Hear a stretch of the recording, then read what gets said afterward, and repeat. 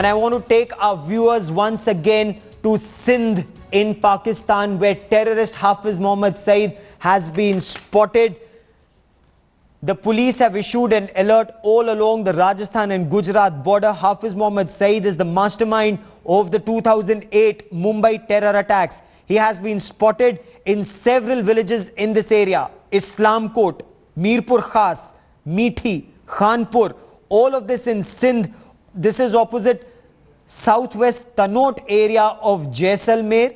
The Jamaat-ud-Dawa chief, the professor of terror, has been tracked along the Rajasthan and Gujarat border in the past fortnight. These are pictures of a camp, of a relief camp organized by Hafiz Saeed, ostensibly to provide medical aid, food and other necessary items to villagers, a large number of them also Hindus in this area. But what sources are telling headlines today, he's threatening the Hindus in Sindh, saying either join my terror organization, either fight a jihad against India, or we will kill your families. The Intelligence Bureau and the Border Security Force have issued an alert. They've asked the BSF to be extra vigilant all along the Rajasthan and Gujarat border. Meethi, Bitala, Islamkot. According to intelligence reports, he's been coaxing Pakistani Hindus to send their children, some as young as 14 years, into terrorist training camps. Just recently, the US had declared Nazir Ahmad Chaudhry and Mohammad Hussain Gill, both financiers of the Lashkar-e-Taiba, as designated global terrorists. But in Pakistan, the activities of Jamaat-ud-Dawa, which has also been declared as a global terrorist entity by the US, their activities continue unchecked, unabated.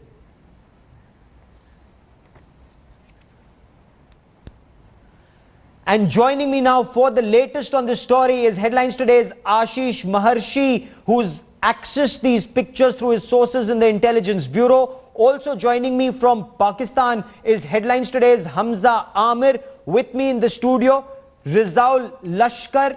He was Pakistan correspondent for us for several years now. He's back. He's editor Mail today. Major General Ashok Mehta, noted defense analyst, and Brigadier Mahalingam with me in the studio. But first to you, Ashish Maharshi, you've been speaking to your sources in the Intelligence Bureau.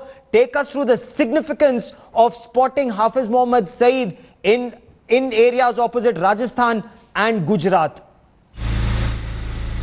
Well, Gaurav, we have already seen that he was spotted earlier in areas adjoining Rajasthan. But these are pictures. These are real pictures which very clearly depict on Hafiz Saeed's designs. You know, he has visited the Meethi village, which is around 45 kilometers from the Indian border and around 50 odd kilometers from the last village, that is Khandwa. Now, this pictures very clearly depict, Gaurav, that Hafiz Saeed had visited Meethi village, and this is basically dominated by Hindus. Yes. And we know, Gaurav, that what is his designs. We have seen his whatever he has done in the 26/11 attack, whatever he has done there in Mumbai. We know whatever he has been doing in India.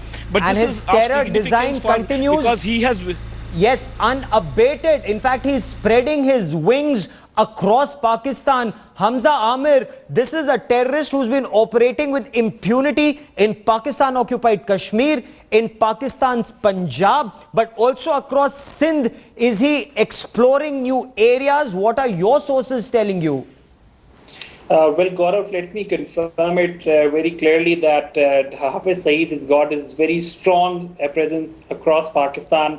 The areas you're referring to in Sindh are actually the places right close by to the Thal desert, where there was drought, and Falah-e-Insaniyat Foundation is the organization that is headed by by Hafiz Saeed. And they've been working in there for many months now. Now, he's based in Punjab, so Punjab is a safe haven. He works in Kashmir. He works even in the areas where right now, North Waziristan side, where military is going on offensive against pro-Taliban militants, and the areas where the IDPs are located, Falah-e-Insaniyat Foundation is actively working in those areas also. also. So he's got all the border lines secured as far as his presence is concerned. Now, the really recent pictures that have come out is very important because this organization was formed after the Pakistani government banned Jamaat-ud-Dawa for relief or any human rights activities across Pakistan. It still stands that way. Falah Insaniyat Foundation was formed because of the same reason during the time of floods and even a little bit time before that. Since that time, all these people who are working with Jamaat-ud-Dawa are now part of Falah Insaniyat Foundation. It's called FIF, and they've been working in every possible area that you can think about. Let it be in Sindh, let it be in Punjab, let it be in Kashmir, or anywhere in Pakistan. You see them very openly moving around at places. Hafiz Saeed visits those areas. Murid Ke is no secret to anyone what happens there. What happens at right next to Islamabad, the capital in Pakistan, Haripur, and right next to that where the army bases are located, they got their training camps in those areas as well. So they have got a very strong presence in Pakistan. And it is an open secret in Pakistan where Hafiz Saeed stays on, where he goes, where he comes back from. And when you look at these pictures very carefully, this Falah Insaniyat, this terrorist organization that he runs now after Jamaat-ud-Dawa was banned, after Lashkar-e-Taiba is banned, he is flanked by his own security, all dressed in black, wielding automatic weapons. He's ostensibly looking at little children in incubators. He's ostensibly providing relief. But Rizaul Lashkar, this is exactly how he goes and recruits the next batch of terrorists. And the 2611 terrorists came from Bahawalpur in Pakistan. That is exactly the village that he has just visited. And sources say that he's gone and visited families of these terrorists who were killed in Mumbai. A couple of things which are very interesting about this latest development. One, he's in an area which has a very large Hindu population.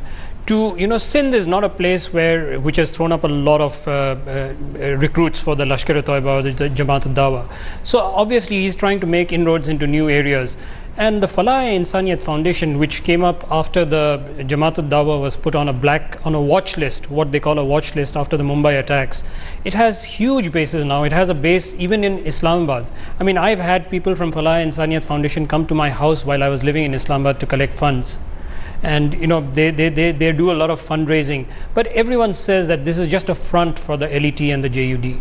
A front for LET and JUD. Brigadier Mahalingam, when you look at these pictures, this is an international terrorist who's been banned. There is a $10 million bounty on his head, yet he moves around with impunity, not just in Pakistan occupied Kashmir, not just in some army garrison near Rawalpindi or Islamabad, but across Murid Ke, across Pakistan's Punjab, across Sindh, openly recruiting people, openly terrorizing Pakistani Hindus. Now they're calling up their relatives in India and saying, save us or we will die. Brigadier Mahalingam.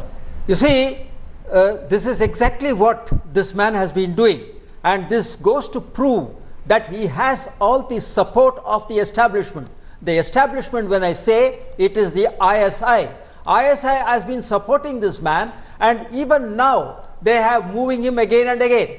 Now, after the 2611, when he was put behind the bars and when he was sort of went through the court, the Punjab High Court left him off, not because that he did not links with Al-Qaeda, but because the Al-Qaeda was not banned, and to be a part or to be in link with an organization which is not linked to this thing, it was not a problem. Therefore, the Lahore High Court sort of left him off. And that is the type of support that he has got in Pakistan. Therefore, he is doing this. And we must also keep in mind, Jaisalmer is a desert area. Yes. In the desert areas, the possibility of infiltrations are very high. It is very easy to infiltrate from that area. Yes. Therefore, he must be working on that. And I think the people there will have to watch out.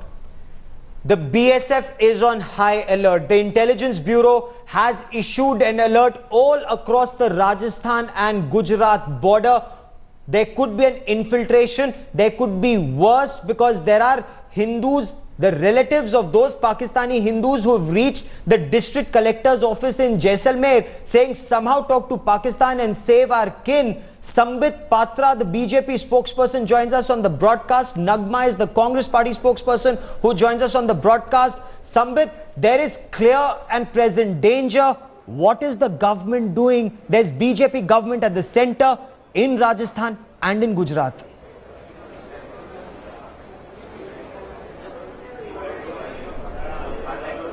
I believe Rahul Shivshankar, first and foremost, Rahul Kanwal, let me first and foremost congratulate you for the very fact that you have exclusively broken this news. And secondly, and very importantly, as you pointed out in your reports itself, that the Intelligence Bureau has alerted both the Gujarat and the Rajasthan states that there are probabilities of infiltration along the borders of these two states. I believe that the Indian government must have taken all kind of precautions to see to it that infiltration does not take place along the borders of these two states. And secondly, and very importantly, I believe any and every step that the state governments and the central government takes over here need not be discussed in the public, because I believe high amount of secrecy has to be maintained, some amount of clandestinity has to be maintained with these kinds of operations. Nagma, there is clear and present danger. We saw what happened during 26/11 terror attacks. 10 Pakistani terrorists came. There was 3 days of mayhem across Mumbai. 170 people lost their lives. And once again, Hafiz Saeed, this terrorist, is roaming around in this area, recruiting people. There is clear and present danger, Nagma. Exactly. He is a mastermind and he has been responsible for so many terror attacks. So definitely the government has to take all proper precaution and steps to catch him. And I want to know exactly what the government is doing about it, because already he's come so close, and the government has already been tipped about it, that he is by the Intelligence Bureau, that he is going to come, and the earlier time I think they used the route of the sea, and now he is already using the guise of this charitable organizations, and he's recruiting these training camps. Yes. So God alone knows what he has on his mind, to what kind of an attack he's going to do next. General, that absolutely, kind of the preparation our government government has to make. The government has to be alert. General Mehta, at this stage, we've noticed all along terrorists have the initiative. They are a step ahead. Whether it's 26/11, they do something that we don't even war game something, and they are one step ahead. What is it that this terrorist could be doing now when he's in Sindh, recruiting in new areas, visiting relatives of 26/11 Mumbai terrorists who were killed? He's visited each and every of those 10 terrorists' home in Pakistan. This is a morale boosting exercise by a terror commander who operates at the orders of the ISI and the Pakistan Army. Yeah, a couple of reasons why I think Hafiz Saeed is where he is. Firstly, after the United States declared Jamaat-ud-Dawa a banned terrorist organization, he has gone proactive in demonstrating not just to the Pakistanis but also to the international community that he is basically a person engaged in charitable activities. And this, the medical camp that he has set up, is one of the demonstrations of what he espouses to be. Now, why is he in an area which is dominated by Hindus? Well, during the 71 war, I operated in this particular area, and we handled something like 60 to 70,000 Hindus who had come onto our side, and for the complete duration of the war and several months afterwards, the Hindus continued to stay here on the Indian side. And I was in charge of all these camps at that time, and it was several months later when a Pakistani delegation came across and they took them away, but they were very reluctant to go. You say, and I think there is some substance to that statement, that if he is attempting to recruit Hindus who he wants to transform Yes. into terrorists, Yes. then that's a big game that is being played. Now the question is, how many of these Hindus under duress will transform into terrorists and bid the command of Hafiz Saeed. Now that's something we have to see. And the third reason, I think, and this is perhaps that Hafiz Saeed is seen in Sindh, and some big thing happens on the line of control. Remember that in January this year or last year, when the beheading took place, Hafiz Saeed was reported to be in Punch. Exactly. Whenever this man is close to the line of control or close to the border, there is a terror activity that takes place. He operates at the orders of Pakistan's inter-services intelligence and the Pakistan Army. He is a strategic asset of the Pakistan Army. And Sushant Sareen, the point that intelligence bureau sources are sharing with headlines today, that Hafiz Mohammad Saeed is now trying to recruit Pakistani Hindus. He's coercing them, he's forcing them, either join my terrorist jihad against India or I will kill your families here. And several of these Hindus have spoken to their relatives in India and said, help us, we will be killed or we'll have to fight jihad. And they've shared this with the district magistrate of Jaisalmer. How dangerous is this new trend, Sushant Sareen? You know, Gaurav, this is not a new trend. This has been happening for some years now. And, you know, unfortunately, despite all the enmity and adversarial relations we have with Pakistan, the level of ignorance in India about what is happening in Pakistan is astounding. Now, we are living in a dream world of our own, that Sindh is the land of Sufi saints and all that nonsense which is kept fed out here. The fact of the matter is that Sindh is undergoing the same kind of transformation which all other parts of Pakistan are undergoing, and there's a wave of extremism which is sweeping through Sindh. Now in Sindh there was a traditional problem of Sindhi nationalism which the Pakistani state establishment was never very tolerant about. As a result, what they have started doing is that many of organizations like the Jamaat-ud-Dawa / Lashkar-e-Taiba have been inducted in these areas, and there is a steady process of radicalization which is taking place. I was hearing, I think it was General Mehta who was talking about, you know, these areas which you are talking about where Hafiz Saeed has been seen. Yes. These are areas which are, in fact, this is one of the districts out here, is actually almost a Hindu majority district. Yes. The only one inside Pakistan. And in Sindh over the last few years, what has been happening is that there is, you know, Hindu girls are kidnapped and forcibly converted. Hindus are being forcibly converted in this area. And there is this proselytization activity which is taking place. Conversions are taking place. Also, many times there have been cases where, you know, there have been Hindus who have been brought out forcibly to protest in favor of Jamaat-ud-Dawa, to give certificates to Jamaat-ud-Dawa that it is a great philanthropic organization. Also, Jamaat-ud-Dawa's network is so widespread in Sindh in terms of some of the so-called welfare activities that they run, yes, mobile dispensaries, schools and what have you, that they are now steadily implanting themselves in a very firm manner inside Sindh. So they are virtually spread across the Indo-Pak border. That network which he has established. Absolutely, whether it's Pak-occupied Kashmir, whether it's Pakistan Punjab, whether it's you know, Pakistan Sindh area, it's almost as if we can expect they decide from where will they send in terrorists, how many terrorists will they send in. Headlines today's Pierre Fitter now joins me, and Pierre, you've been scanning through these maps. Now this is a border belt. Just take our viewers through which are these villages where Hafiz Mohammad Saeed has been spotted according to Intelligence Bureau, and these pictures that have exclusively been accessed by Headlines Today. Sure, Gaurav. Thanks for that. Let's actually take a look at where he started his operations. You know, Gaurav, you were mentioning Muridke in Punjab province of Pakistan. That's only about 50 or 60 kilometers across the international border with Amritsar in India. Now, as you're saying, he is being found in villages in Sindh in Pakistan, particularly Khanpur, Mirpur, Mithi, Islam Kot, and they're right across the international border from places like Jaisalmer, Barmer and Gandhidham.